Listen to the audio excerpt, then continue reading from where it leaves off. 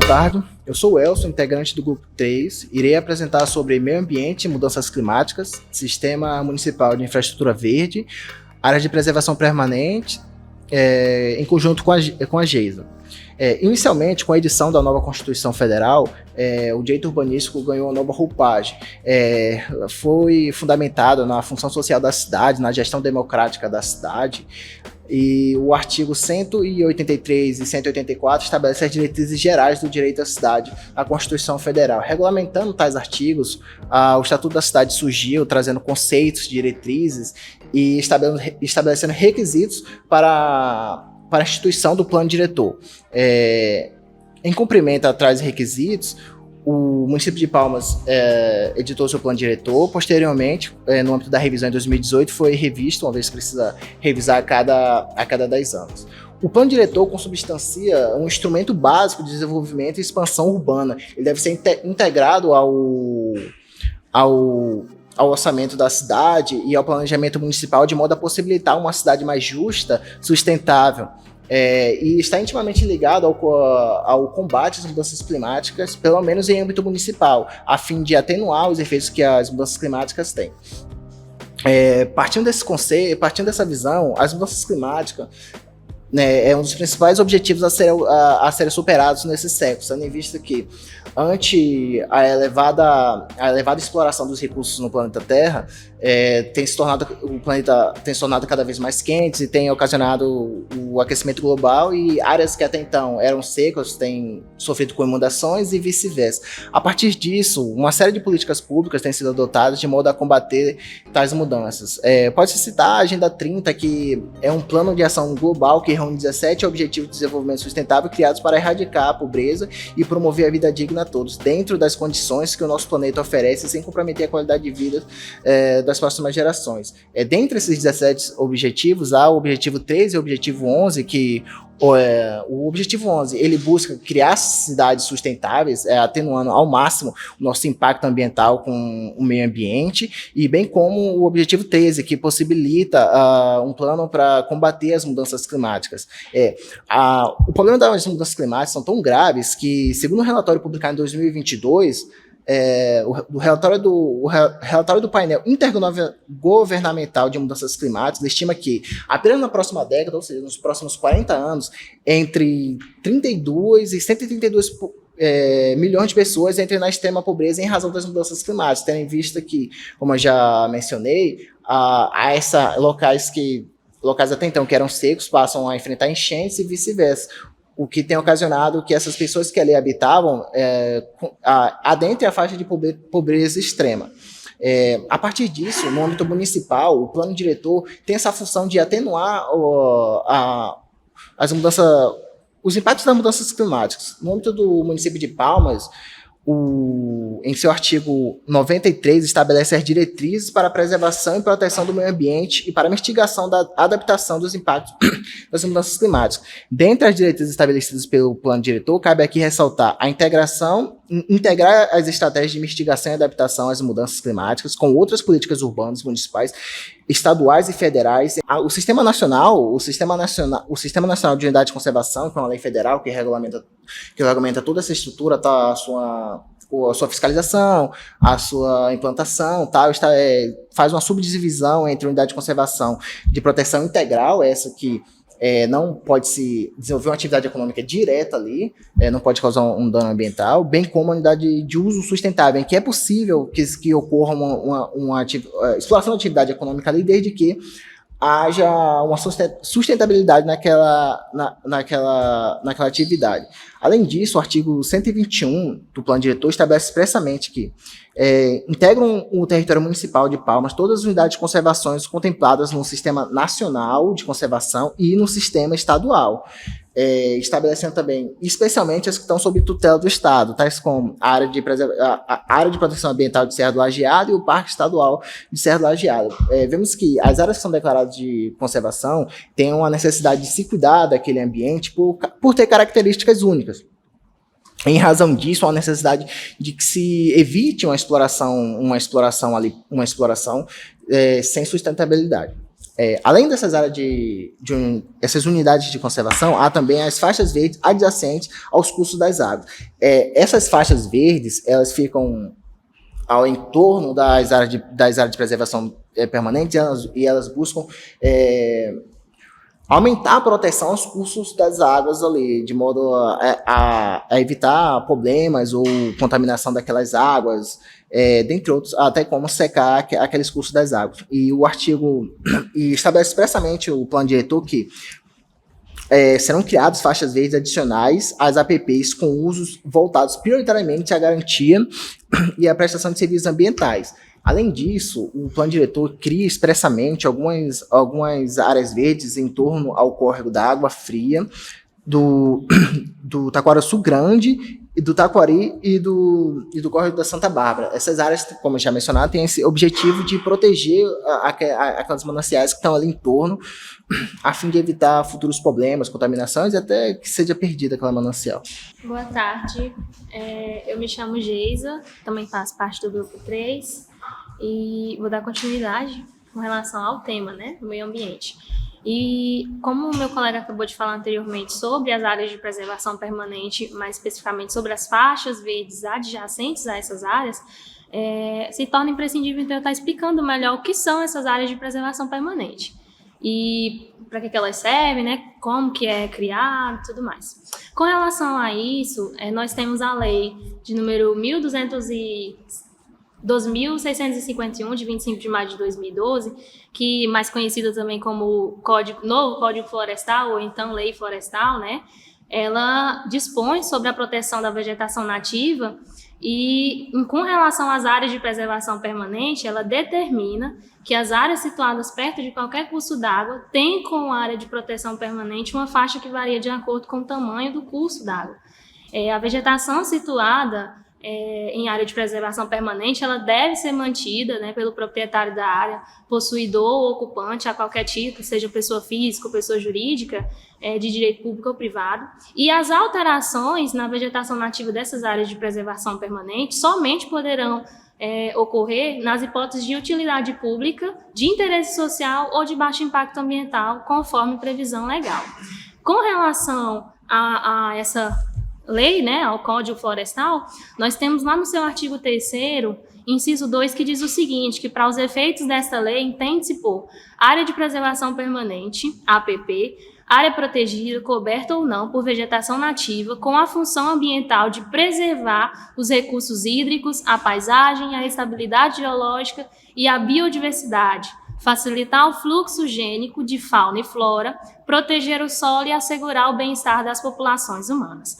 Aí eu já trouxe uma imagem abaixo, com relação a essas áreas de preservação permanente, um exemplo muito importante aqui para o município de Palmas, que é o Ribeirão Taquaraçu Grande, né? Mas, assim, onde essas áreas de preservação permanente podem ser identificadas dentro do plano diretor de Palmas, né? O plano diretor participativo de Palmas, que a lei foi criada aí a partir da lei complementar, né, de número 400, de 2 de abril de 2018. Dentro desse plano, nós podemos ver com relação às APPs a partir do artigo 100 em diante, os quais possuem as seguintes disposições. Eu vou estar lendo brevemente. No artigo 100 do plano diretor diz o seguinte, que a área de preservação permanente APP de qualquer curso d'água natural perene e intermitente, excluídos os efêmeros, nas áreas urbanas do município de Palmas, tem a largura mínima de 42 metros a partir da borda da calha do leito regular, visando garantir a preservação dos recursos hídricos conforme o anexo 9 a esta lei complementar, que dispõe ali sobre o mapa do Sistema Municipal de Infraestrutura Verde. Já no parágrafo 1º diz que as áreas de preservação permanente do reservatório artificial da usina hidrelétrica do Lajeado, na RP Centro e na RPI Logístico, tem a largura mínima de 42 metros a partir da margem do lago, enquanto na RP Norte a largura mínima é de 100 metros, conforme também esse mesmo anexo. E as áreas de preservação permanente dos parcelamentos que foram aprovados em data anterior a essa lei complementar, né, ao plano diretor, elas vão permanecer de acordo com o estabelecido na data de suas certificações. uma imagem aí da usina hidrelétrica do Lajeado. E aqui está o anexo 9, que dispõe sobre esse mapa do Sistema Municipal de Infraestrutura Verde, SISMIV, que pode ser consultado também ali no Diário Oficial, né? Que traz essa lei complementar.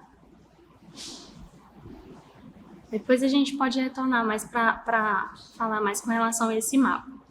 Mas é importante a gente entender também o seguinte: em qual situação as áreas rurais já consolidadas, elas podem realizar atividades, né?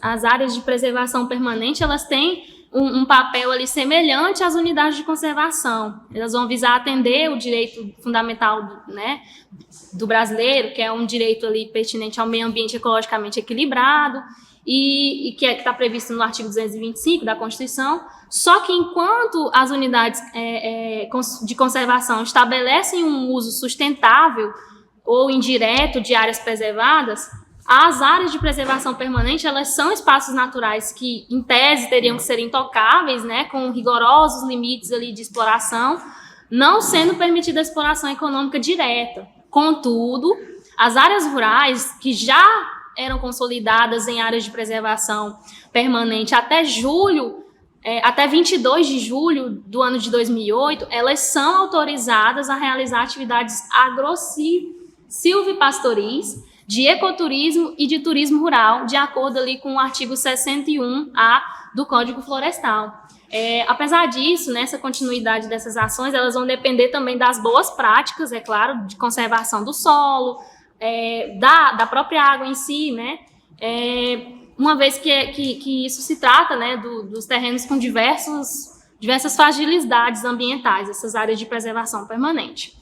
Então, para efeito de recomposição de algumas categorias ali das áreas de preservação permanente em áreas consideradas consolidadas, a legislação ela vai estabelecer regras transitórias indicando essas dimensões, né?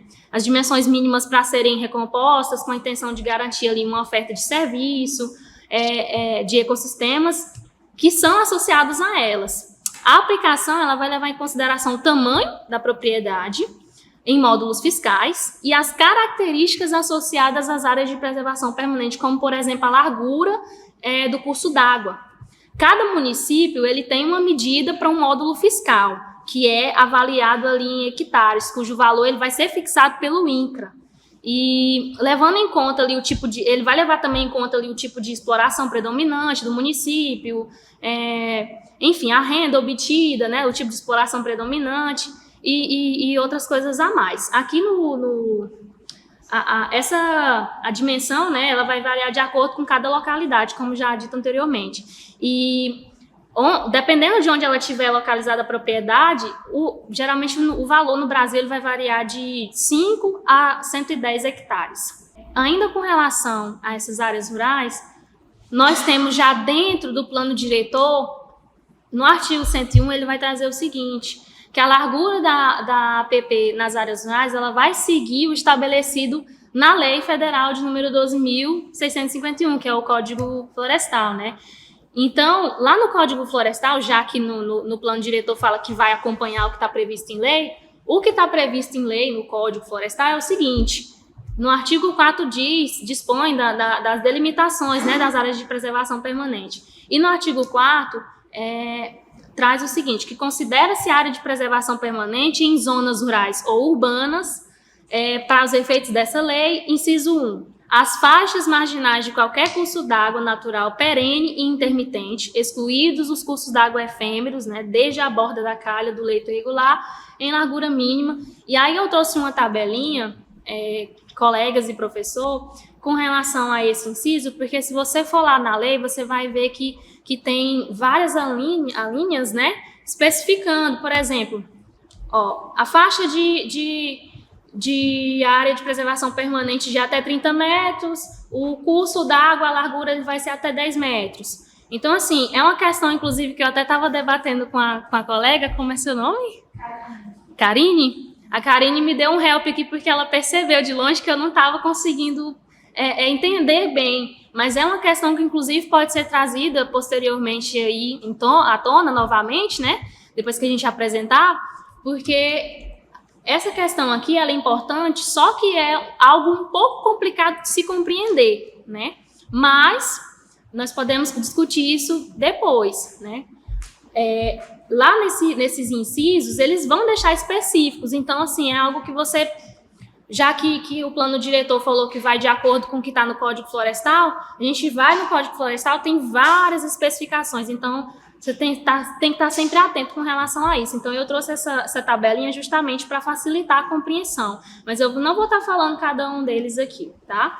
Pulando para o inciso 2, com relação às áreas no entorno dos lagos e lagoas naturais, nós temos as seguintes especificações também, ó, com relação à zona rural, né, que é o que a gente está falando agora, a faixa marginal de área de preservação permanente, ela pode ser de 50 metros e a área da superfície do espelho d'água, ele vai até 20 hectares, né, com relação à zona rural. E o de 100, ele vai até acima de 20 hectares. Ainda no artigo 4, inciso 3, nós temos que as áreas no entorno dos reservatórios d'água artificiais, decorrentes ali de barramento ou represamento de cursos d'água naturais, eles vão, né, também ser especificados conforme a tabelinha abaixo, que é de acordo com o que está na lei também.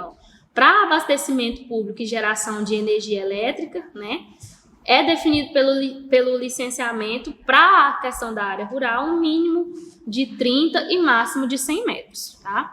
Então, assim, o reconhecimento da existência de áreas rurais consolidadas, área de imóvel rural com ocupação antrópica, né, pré-existente a essa data que eu já tinha falado anteriormente, ou de reserva legal ou de uso restrito, também é um ponto de destaque na aplicação dessa lei, né, do Código Florestal. Para isso, traz regras para que as propriedades ou posses rurais possuidoras de áreas consolidadas na referida data, elas possam se adequar, seja por meio da adoção ali de boas práticas, de sua recomposição, compensação ou de outros instrumentos legais previstos. Além de indicar critérios para a adoção de tais meios, define os casos e condições passíveis de exploração ou manejo da vegetação nativa na propriedade rural. Então, o Código Florestal também deixa clara essa questão, né? De como ser feito se eu tenho uma propriedade rural ali próxima a uma área de preservação permanente. Existe, né, no Código Florestal, especificando corretamente como que eu devo fazer o manejo ali próximo àquela área. Então, não é simplesmente cheguei, plantei o que quero, fiz o que quero, construí o que quero naquele ambiente, não. Eu tenho que seguir o que está, né, dizendo no Código Florestal. Nesse sentido, o Código Florestal ele traz uma série de benefícios para o agricultor familiar ou o detentor ali da pequena propriedade, né, de posse rural, a partir da inclusão do seu imóvel ou posse no Cadastro Ambiental Rural, mais conhecido como CAR. A exemplo disso, podem ser citadas as regras diferenciadas e baseadas no tamanho do imóvel, em módulos fiscais, para poder ali regularizar essas áreas de preservação permanente. E também da regularização de reserva legal, se for o caso, para propriedades e posses rurais com até 4 módulos fiscais, definindo-se a dimensão da reserva legal como aquela existente até a data de 22 de julho de 2008. Ainda com relação às áreas de preservação permanente, nós temos no artigo 102, que fica delimitado ali no anexo que a gente trouxe do mapa, né? O brejo verde, ó, o mapa do Sistema Municipal de Infraestrutura Verde, a área de preservação brejo do Canela, considerando a preservação a partir do leito do córrego brejo seco e sua área brejosa e encharcada, conforme a lei, no caso do Código Florestal. Aí eu trouxe essas imagens, inclusive é outro ponto também que a gente pode discutir depois, porque até então eu nem sabia que existia esse brejo aqui. E como, novamente, citando a colega que nos apoiou, ela nos informou que existem vários, né, córregos, cursos fluviais, que nós, como cidadãos palmenses, não temos conhecimento da sua existência, né? Então, é interessante a gente estudar com relação a isso, até mesmo para uma conscientização maior com relação à preservação do meio ambiente, né, do ambiente em que nós estamos compartilhando, vivenciando. Para estar finalizando, eu trouxe aqui um levantamento complementar com relação a essa área de preservação permanente. É um tema tão interessante que se tornou um curso na Unitins no ano de 2019 e eu vou estar disponibilizando, se os colegas quiserem o link, para também não tomar mais o tempo, eu vou ler só a parte em que o professor, que era o orientador desse curso na época, deu um parecer ali, uma informação a respeito da bacia do Ribeirão do Taquarussu Grande, que é muito importante aqui, né, para Palmas, já que através dele nós alimenta né,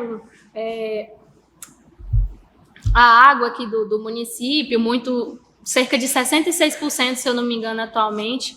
Então, assim, ele trouxe essa problemática na época com relação a esse curso que ele deu, que ele diz o seguinte, que a bacia tinha 2 metros de profundidade e depois ela passou a ter só 30 centímetros. E que a BRK, na época, estava fazendo a dragagem na ordem de 8 toneladas por semestre para poder estar viabilizando essa captação e falou que a questão era bem séria, porque, assim, ele foi feito um mapeamento, né, dessa área de preservação permanente lá do Ribeirão, do Taquarussu Grande, e como ela é delimitada, no estudo, como ela estava sendo delimitada, eles viram a importância que ela tinha, né, extremamente importante para estar minimizando o assoreamento dentro do rio. E por conta disso, essa pesquisa que eles fizeram foi para dar essa sustentabilidade, essa visibilidade com relação à importância dessa bacia aqui para o município de Palmas,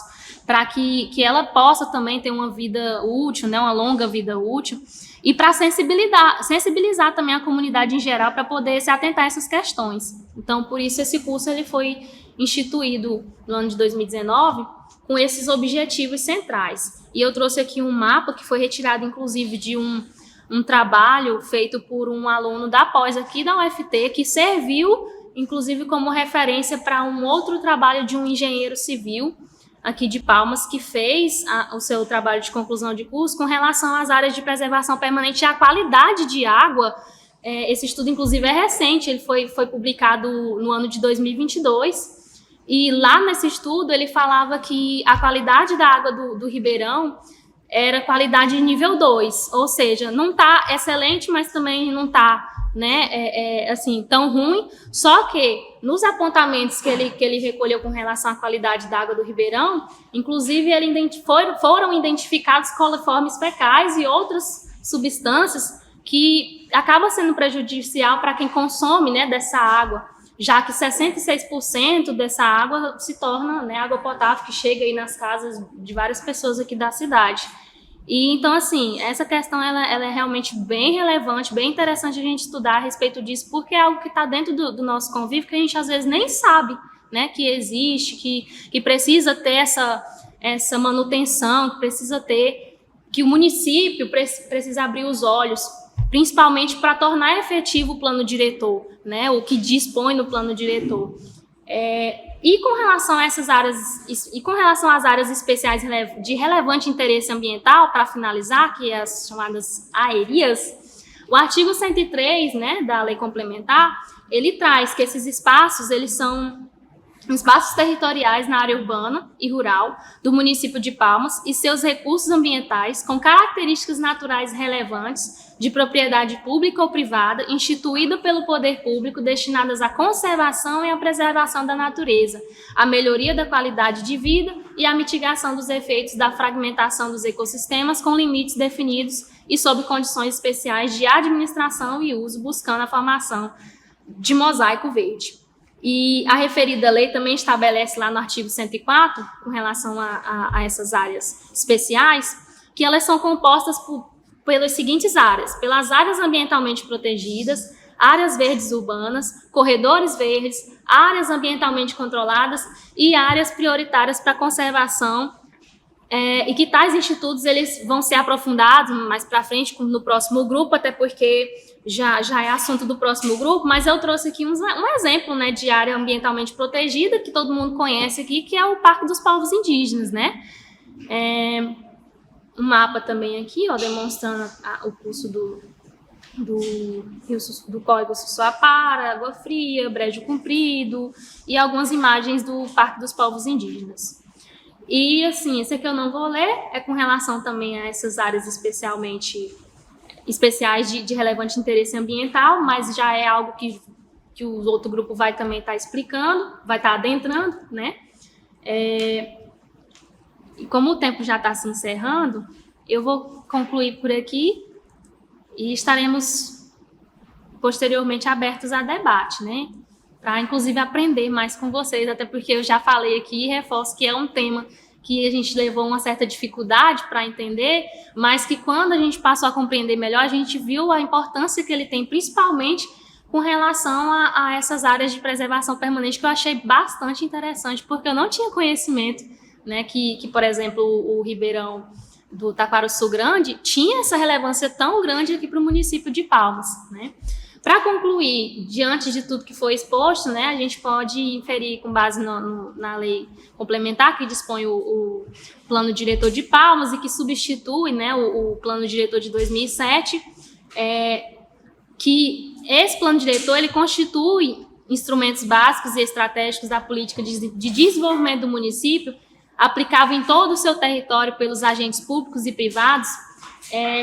Resta demonstrado através do que a gente já explanou aqui, diversos mecanismos que, quando eles são corretamente utilizados, eles podem ser aplicados a fim de atenuar as consequências ali das ações antrópicas, né, das ações humanas, em relação ao nosso meio ambiente e às mudanças climáticas, que, consequentemente, a gente, né, possa sofrer. Então, o plano diretor participativo de Palmas, ele contribui, né, para uma sociedade melhor, devendo esse plano sempre indicar a forma de desenvolvimento do município para que se alcance o progresso econômico, social, físico do território, se efetivamente cumprido, né? E é isso. Obrigada pela compreensão de vocês, pela atenção.